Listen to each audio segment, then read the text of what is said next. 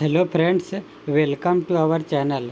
जैसा कि आप लोगों से हमने वादा किया था कि आप लोगों को बोर्ड का एग्ज़ाम समाप्त हो जाने के बाद आप लोगों के लिए पॉलिटेक्निक का तैयारी कराई जाएगी। तो इसी वादे को पूरा करने के लिए मैं आप लोगों के लिए वीडियो लेकर आया हूँ। फ्रेंड्स, आप लोग वीडियो को देखें और अपने तैयारी को बेहतर बनाएं। यदि आप लोग अपने एग्ज़ाम का फॉर्म नहीं भरे हैं तो फॉर्म को आप लोग भर देंगे। करीब 1 महीना का समय मिला है, तो आप लोग फॉर्म को भर दें। तो आज हम फिजिक्स का जो एक मोस्ट इम्पोर्टेंट चैप्टर होता है, मात्रक एवं मापन। मात्रक एवं मापन एक ऐसा चैप्टर है जिसके द्वारा पूरे फिजिक्स का आधार टिका हुआ होता है।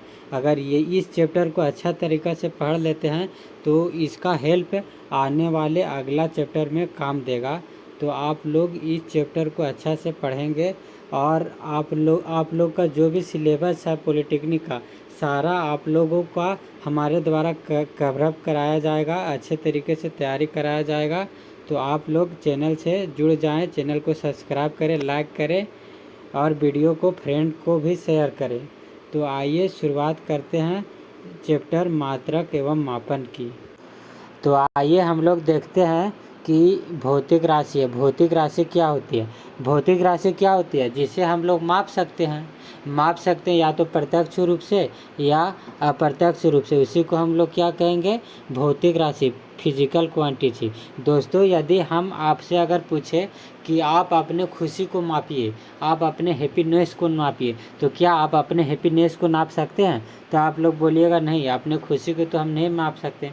यदि आप लोगों से बोला जाए कि आप अपनी उदासी को मापिए, तो क्या आप अपनी उदासी को माप सकते हैं? तो आप लोग बोलिएगा कि नहीं, उदासी को भी हम लोग नहीं माप सकते। तो क्या यह हैप्पीनेस या उदासी, क्या यह फिजिकल क्वांटिटी है? क्या यह भौतिक राशि है? तो यह भौतिक राशि नहीं होगी।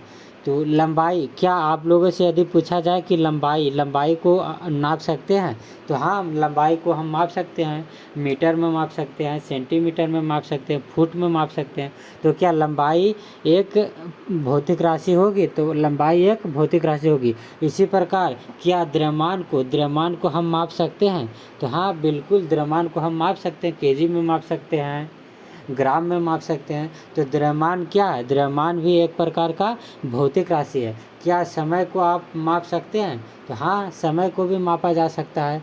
तो समय भी एक प्रकार का क्या हो गया? यह भी एक प्रकार का फिजिकल क्वांटिटी हो गया। तो आइए देखते हैं कि भौतिक राशियाँ का कितना तरीक़ा से वर्गीकरण हम लोग कर सकते हैं। तो भौतिक राशियों को मुख्य रूप से 2 तरीक़ा से वर्गीकरण कर सकते हैं। एक तरीका तो हो गया दिशा एवं परिणाम के आधार पर, और दूसरा तरीका हो गया मात्रक या मापन के आधार पर। तो दिशा और परिणाम के आधार पर भौतिक राशियाँ मुख्य रूप से 2 प्रकार की होती है। एक होती है सदिश राशि और दूसरा क्या होती है? अदिश राशि होती है। तो सदिश राशि क्या होती है और अदिश राशि क्या होती है, इसको हम लोग जानते हैं। तो मुख्य रूप से हम लोग जानते हैं कि जो सदिश राशि होती है उसमें परिणाम होती है, परिणाम के साथ साथ डायरेक्शन भी होती है। तो उसे क्या बोलेंगे? सदिश राशि। और अदिश राशि क्या बोलेंगे?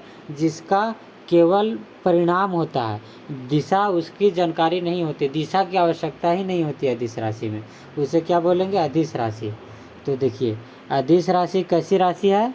ऐसी भौतिक राशियाँ जिनको व्यक्त करने के लिए केवल परिणाम की आवश्यकता होती है, दिशा की नहीं, अदिश राशि कहलाती है। जैसे में दूरी के लिए केवल हमको परिणाम की ही ज़रूरत होती है, क्या उसको दिशा की ज़रूरत नहीं होती है? क्या हम लोग कभी ऐसा बोलते हैं कि 4 किलोमीटर चलना है या इस दिशा में चलना है? अगर 4 किलोमीटर चलना और अगर डायरेक्शन अगर हम दे देते तो वह दूरी नहीं हो जाएगी, वह क्या हो जाएगी? वह विस्थापन हो जाएगी।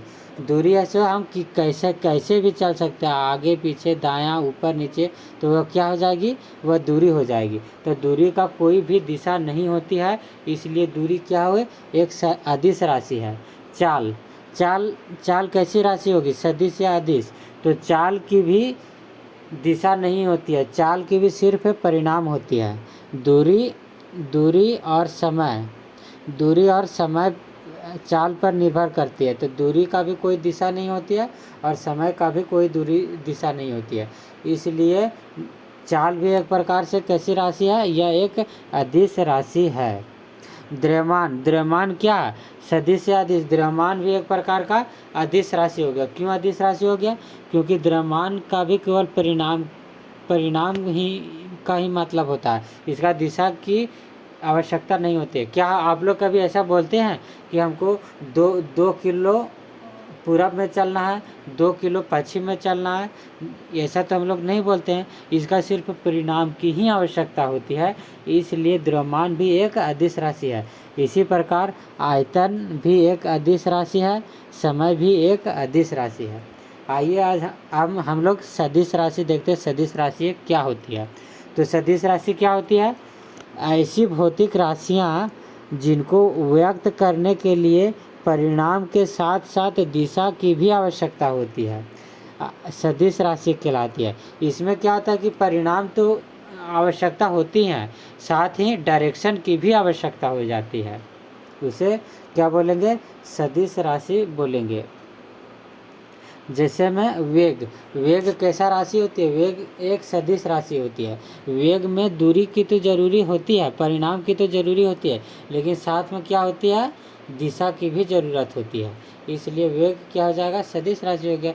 इसी प्रकार बल भी क्या हो गया? एक सदिश राशि हो गया, क्योंकि इसमें भी दिशा की आवश्यकता होती है। आइए अगला टॉपिक देखते हैं। ये मूल राशियाँ क्या होती है? फ्रेंड्स, इससे पहले हम लोग देख लेते हैं कि एक और भौतिक राशियाँ का वर्गीकरण किए थे कि एक तो दिशा और परिणाम के आधार पर, और एक हो गया मापन या मात्रा के आधार पर। तो मापन और मात्रा के आधार पर हम राशि दो प्रकार से विभाजित करके हम अध्ययन कर सकते हैं। एक हो गया मूल राशियाँ और दूसरा हो गया क्या? व्युत्पन्न राशियाँ। तो मूल राशियाँ किसे बोलते हैं? मूल राशियाँ उसे बोलते हैं जिसे किसी दूसरे राशि पर यह डिपेंड नहीं होता है, इसके पास खुद ही होता है राशि, यह किसी दूसरे से सहारा नहीं लेता है मूल राशियाँ। और जो व्युत्पन्न राशियाँ होती है वह दूसरे से सहायता लेती है। देखिए मूल राशि क्या है? वे भौतिक राशियाँ जो अन्य भौतिक राशियाँ पर निर्भर नहीं करती है मौलिक भौतिक राशियाँ कहलाती है, यानी कि मूल राशियाँ कहलाती है। ये दूसरे पर डिपेंड नहीं करती है। क्या द्रव्यमान किसी दूसरे पर डिपेंड करती है?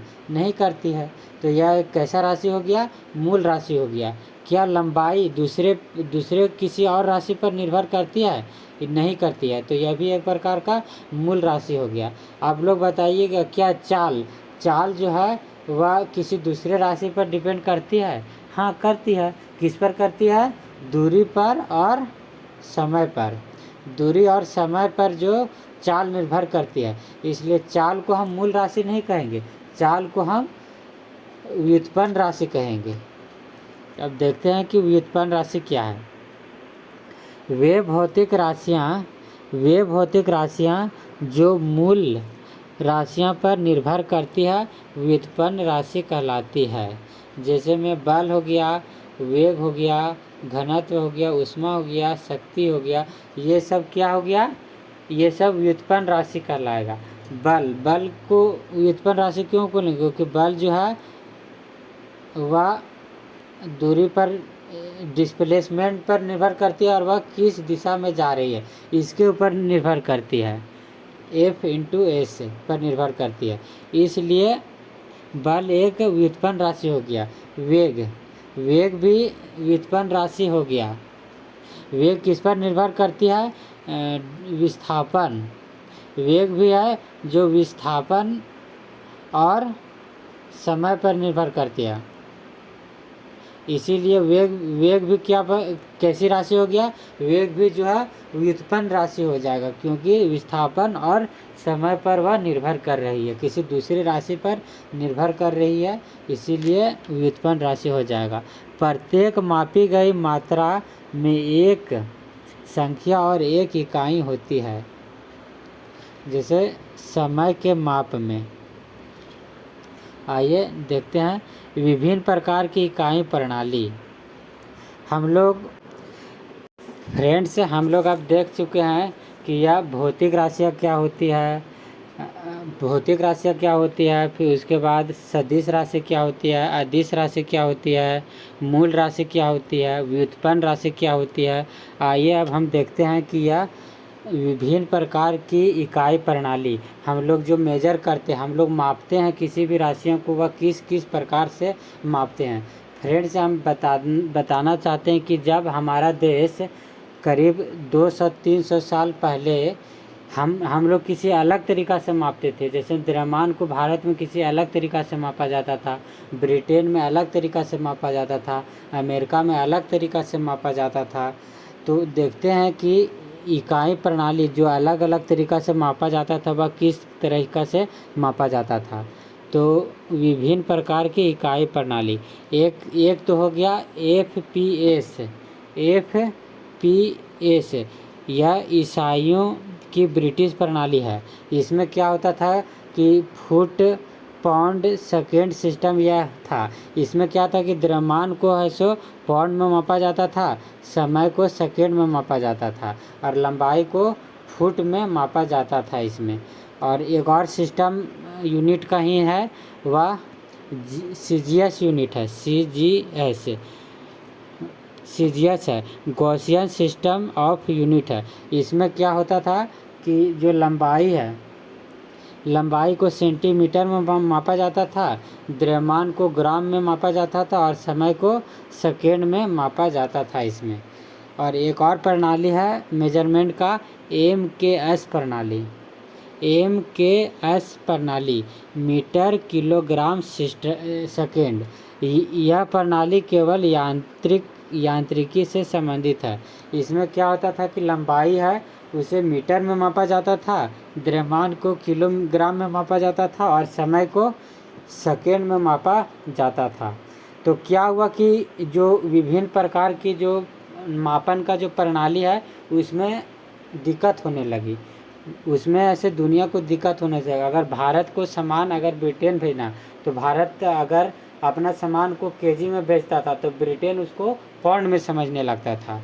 तो क्या हुआ कि यह मापन में बहुत त्रुटियां आने लगी, परेशानियां होने लगी सभी को।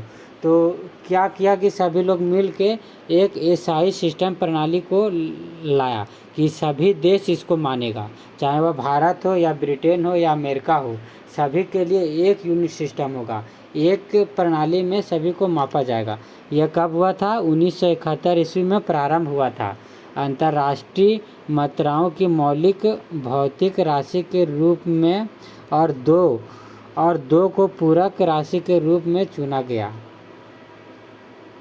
इसमें क्या हुआ कि एसआई प्रणाली में विभिन्न प्रकार के जो अलग अलग मात्रक था, जैसे में भारत में किलोग्राम में मापा जाता था, वही ब्रिटेन में देखा गया कि वह पाउंड में मापता था वजन को।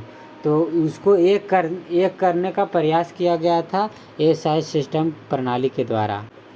तो हम लोग देख चुके हैं कि सीजीएस यूनिट में किस प्रकार से भौतिक इकाइयों को मापा जाता था, एमकेएस में किस प्रकार से मापा जाता था। आइए अब हम लोग देखते हैं कि एसआई यूनिट में किस प्रकार से भौतिक राशियों को मापा जाता है। तो इसमें क्या होता है कि मुख्य रूप से जो एसआई सिस्टम प्रणाली है वह मुख्य रूप से 7 यूनिट दिया, 7 ऐसे मापने का प्रणाली दिया। इसी को मूल राशि भी बोलते हैं। तो इसमें क्या हुआ कि जो द्रव्यमान है, एसआई यूनिट में जो द्रव्यमान है वह किलोग्राम में मापा गया, जिसका सिंबल केजी होता है। और लंबाई को मीटर में मापा गया और जिसका सिंबल छोटा m होता है। और समय को सेकेंड में मापा गया, जिसका सिंबल स्मॉल एस होता है। तापमान को केल्विन में मापा गया, विद्युत धारा को एम्पियर में मापा गया और ज्योति तीव्रता को कैंडेला में मापा गया और पदार्थ की मात्रा को मोल में मापा गया। इसके अलावा एसआई प्रणाली ने 2 सप्लीमेंट्री फिजिकल क्वांटिटी भी इन्होंने दिया। इसमें क्या हो गया कि जो समकोण थे, समतल कोण था उसको रेडियन में मापा गया और घन ठोस कोण थे वह स्टेरेडियन में मापा गया। जो ये 7 मूल इकाई जो एसआई प्रणाली ने दिया, इसी के द्वारा जितना भी इकाई बनती है, जितना भी राशि या फिजिकल क्वांटिटी भौतिक राशियाँ बनती है, इसी के सहारा बनती है। जैसे मैं यदि आपको चाल निकालना कि चाल क्या होता है, तो चाल क्या होता है, दूरी और समय होता है। तो दूरी पर डिपेंड होता है और समय के ऊपर डिपेंड होता है। इस प्रकार जितना भी राशियाँ है, इन 7 राशियों के ही मिलने से बनती है, इसलिए इन्हें मूल राशि भी इसे कहते हैं। तो मूल राशि की संख्या कितनी हो गई, तो मूल राशि की संख्या कुल 7 हो गई। क्या कौन कौन सा हो गई, द्रव्यमान हो गई, लंबाई हो गई, समय हो गया, तापमान हो गया, विद्युत धारा हो गया, ज्योति तीव्रता हो गया और पदार्थ की मात्रा हो गया। इसके अलावा सप्लीमेंट्री फिजिकल क्वांटिटी जो है वह भी 2 प्रकार दो है। एक हो गया समतल कोण और दूसरा हो गया घन कोण या ठोस कोण।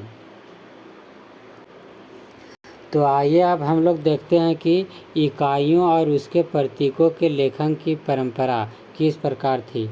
जो इकाई को कभी भी बड़े प्रारंभिक अक्षर से नहीं लिखा जाता है। जैसे में 60 सेकेंड है, तो एस जो है उसको बड़ा लेटर में नहीं लिखेंगे। इकाई जब भी होगा वह छोटा लेटर में होगा। और अगर वैज्ञानिक के नाम पर वही इकाई हो तो उसको ऐसे छोटा लेटर में नहीं लिखेंगे, जैसे उसको ऐसे हमेशा बड़ा लेटर में लिखेंगे। जैसे में बल, मान लेते हैं कि बल कितना है, 10 न्यूटन है, तो 10 एन जो है न्यूटन छोटा में नहीं लिखेंगे, इसे बड़ा में लिखेंगे। बड़ा में क्यों लिखेंगे, क्योंकि वैज्ञानिक के नाम पर रखा गया है, इसलिए इसे बड़ा में लिखेंगे। और क्या हो गया, इकाई या प्रतीक को कभी भी बहुवचन के रूप में नहीं लिखेंगे। जैसे में न्यूटन जो है उसको न्यूटन से नहीं लिखेंगे, सिर्फ न्यूटन लिखेंगे। और क्या कि चिन्ह, प्रतीक चिन्ह के बाद विराम चिन्ह नहीं लिखे जाते हैं। जैसे में 6 न्यूटन हो गया, तो 6 न्यूटन लिखे विराम नहीं डालेंगे, सिर्फ 6 न्यूटन ही लिखेंगे। आइए अब हम लोग देखते हैं कि दूरी को और किस किस तरीक़ा से मापा जा सकता है। तो दूरी को एक खगोलीय इकाई में मापा जाता है। खगोलीय इकाई क्या होता है, यह पृथ्वी के केंद्र से सूर्य के केंद्र की औसत दूरी। मान लेते हैं ये पृथ्वी है, इसका केंद्र ये है, ये सूर्य है और इसका केंद्र है, तो ये दोनों के बीच के दूरी को ही हम क्या बोलेंगे, खगोलीय इकाई बोलेंगे। तो एक खगोलीय दूरी, एक एस्ट्रोनॉमिकल यूनिट बराबर क्या होता है, 1.49 × 10⁻11 मीटर, या इसको बोल सकते हैं 1.5 × 10⁻11 मीटर। एक खगोलीय दूरी बराबर होता है 1.5 × 10⁻11 मीटर। प्रकाश वर्ष भी एक दूरी का ही यूनिट है। यह क्या होता है, यह प्रकाश द्वारा निर्वात में एक वर्ष में तय की गई दूरी के बराबर होता है। हम लोग क्या जानते हैं कि निर्वात में जो प्रकाश जो चलती है वह कितना स्पीड से चलती है, 3 × 10⁸ मीटर पर सेकेंड के हिसाब से चलती है। तो सोचो कि एक वर्ष में कितना स्पीड चलेगी, तो एक वर्ष में कितना दूरी होता है, 360, और 360 में कितना घंटा होगा, तो 24 से मल्टीप्लाई कर देंगे, और 24 में कितना मिनट होगा उसे 60 से डिवाइड कर देंगे, और 60 को फिर सेकेंड से डिवाइड कर देंगे। यानी कि इतना दूरी जो है वह एक वर्ष बराबर होता है। अगर इसी को अगर देखा जाए कि 1 लाइट ईयर, 1 प्रकाश वर्ष बराबर कितना दूरी होगा, 9.49 46 इंटू 10⁻15 मीटर 1 प्रकाश वर्ष के बराबर होता है। तो ये पारसेक क्या होता है? पारसेक भी एक दूरी का ही एक इकाई है। पारसेक के द्वारा भी दूरी को ही मापा जाता है। ये जो है वह बहुत ज़्यादा दूरी होगा तो इसके द्वारा मापा जाता है। खगोलीय दूरी हो गया, पारसेक हो गया, ये सब बड़ा दूरी को मापने के लिए किया जाता है। तो पारसेक क्या होता है? एक पारसेक पृथ्वी से किसी खगोलीय पिंड की दूरी होती है जब वह पिंड एक आर्क सेंडिक के विच्छेद कोण पर होता है। यह सबसे बड़ा मात्रक है। यानी कि अगर आपसे पूछा जाए कि दूरी का सबसे बड़ा मात्रक क्या होता है, तो दूरी का सबसे बड़ा मात्रक पारसेक ही होता है, जो कितना बराबर होता है? 3.26 लाइट ईयर। प्रकाश वर्ष का भी 3.26 लाइट ईयर के बराबर होता है, एक पारसेक बराबर। और छोटी दूरी मापने के लिए 1 माइक्रोन इक्वल टू कितना होता है? 10⁻⁻6 मीटर। और 1 एंगस्ट्रॉम बराबर 10⁻⁻10 मीटर होता है। और 1 फेम्टो या फर्मी बराबर 10⁻⁻15 मीटर के बराबर होता है। लंबाई के लिए क्या होता है? 1 यार्ड बराबर कितना इंच होता है? 36 इंच होता है। 1 यार्ड बराबर 36 इंच होता है। 1 फुट बराबर 12 इंच होता है। और 1 इंच बराबर 2.52 सेंटीमीटर होता है। इसी प्रकार भारी द्रव्यमान के लिए 1 टन बराबर कितना केजी होता है? 1000 केजी होता है। और 1 क्विंटल बराबर 100 केजी होता है। इसी प्रकार छोटे द्रव्यमान के लिए 1 AMU बराबर कितना होता है? 1.67 इंटू 10⁻⁻27 केजी होता है। इसी प्रकार 1 पाउंड बराबर कितना केजी होता है? तो 0.4536 केजी होता है, 1 पाउंड के बराबर। आइए अब हम लोग देखते हैं विमाएँ क्या होती है। भौतिक राशियों के व्युत्पन्न मात्रक निकालने के लिए मात्रकों पर जो घातें करनी पड़ती है उस राशि को विमाएँ बोलते हैं। जैसे लंबाई का विमाएँ क्या होगा? तो लंबाई का संकेत क्या है? एल। और एल के ऊपर क्या लिख देंगे? 1 लिख देंगे। अगर लंबाई स्क्वायर रहेगा तो क्या लिख देंगे? एल के पावर 2 लिख देंगे। इसी प्रकार यह भी एक प्रकार का मात्रक ही है कि यह मापने के लिए कि कौन सा यूनिट किस प्रकार से मापा जा सकता है। विमी सूत्र क्या होता है? जो डायमेंशनल फार्मूला होता है वह क्या होता है? किसी भी मात्रक की विमा लिखने के लिए इसे वर्ग या ब्रैकेट में लिखा जाता है। जैसे द्रव्यमान की विमा लिखने के लिए मीटर में, लंबाई की विमा लिखने के लिए एल में, और समय की विमा लिखने के लिए कैपिटल टी का प्रयोग किया जाता है। तो आइए देखते हैं कि कुछ महत्वपूर्ण भौतिक राशियों का विमी सूत्र क्या होता है, यानी कि इन लोगों का जो डायमेंशनल फार्मूला है, विमी सूत्र है, वह क्या होगा। जैसे में क्षेत्रफल का क्षेत्रफल क्या होता है? लंबाई गुने चौड़ाई होता है। तो क्षेत्रफल का डिनोट किस प्रकार करेंगे? L into B. तो लंबाई को भी मीटर में माप सकते हैं और चौड़ाई को भी मीटर में माप सकते हैं, यानी कि मीटर स्क्वायर। क्षेत्रफल का SI यूनिट क्या हो गया? Metre square. और इसको विमी सूत्र में अगर बदलेंगे तो क्या हो गया? क्या क्षेत्रफल के पास कोई द्रव्यमान है? तो नहीं है। क्या लंबाई है? तो है। कोई समय है? तो नहीं है। तो क्या हो जाएगा? क्षेत्रफल का विमी सूत्र m के पावर 0, l के पावर 2 और t के पावर 0। यानी m और t का मतलब यहाँ पे कुछ नहीं होगा, 0 है। और l का स्क्वायर का मतलब मीटर स्क्वायर हो गया। उसी प्रकार आयतन का जो मापन है वो क्या होता है? लंबाई गुने चौड़ाई गुने ऊंचाई होता है, यानी कि MQ।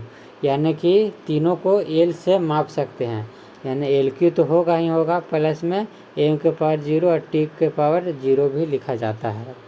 इसी प्रकार चाल हो गया, चाल का विमित सूत्र क्या होगा, मीटर के पावर m के पावर 0, l के पावर 1 और t के पावर -1 हो गया, यानी मीटर पर सेकेंड। चाल का ऐसा मात्रक क्या होता है, मीटर पर सेकेंड। इसी प्रकार आप लोग इस चार्ट को देख लीजिएगा सभी का कि किसका मात्रक क्या है और उसका विमित सूत्र क्या है। जैसे मैं कार्य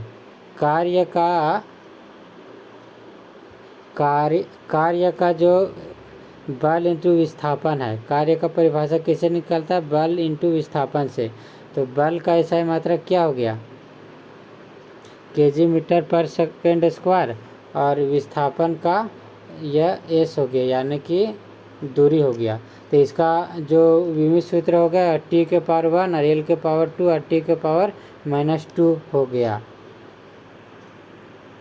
आइए देखते हैं कि कुछ महत्वपूर्ण मात्रक यंत्र किस को किस में मापा जाता है, यानी कि उड़ते हुए विमान की ऊंचाई, उड़ते विमान की ऊंचाई को किस में मापा जाता है, तो अल्टीमीटर में मापा जाता है। विद्युत धारा की तीव्रता को किस में मापा जाता है, तो आमीटर में मापा जाता है। वायुमंडलीय दाब को किस में मापा जाता है, बैरोमीटर में मापा जाता है। और वायु की गति को किस में मापा जाता है, एनीमोमीटर में मापा जाता है। और सागर की गहराई को फाइडोमीटर में मापा जाता है। इसी प्रकार गैल्वेनोमीटर से क्या मापा जाता है, धारा की दिशा एवं विभवांतर, धारा की दिशा एवं विभवांतर को मापा जाता है गैल्वेनोमीटर के द्वारा। हाइड्रोमीटर के द्वारा तरल पदार्थों का आक्षेपण घनत्व मापा जाता है। इस प्रकार आप लोग इस चार्ट को देख लीजिएगा और अच्छे तरीक़ा से अपने प्रिपरेशन कीजिएगा, क्योंकि यहाँ से आप लोगों के क्वेश्चन निश्चित रूप से देखने को मिलेगा। लैक्टोमीटर से क्या मापा जाता है, दूध की शुद्धता को मापा जाता है। दूध की शुद्धता को लैक्टोमीटर में मापा जाता है।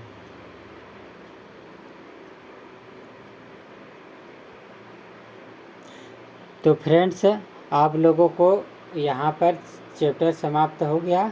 अब अगला चैप्टर लेकर आएंगे। आप लोग अगर हमारे कंटेंट अगर पसंद आ रहा होगा तो वीडियो को लाइक करेंगे, शेयर करेंगे और चैनल को सब्सक्राइब कर देंगे। तो आइए अब नेक्स्ट डे मिलते हैं।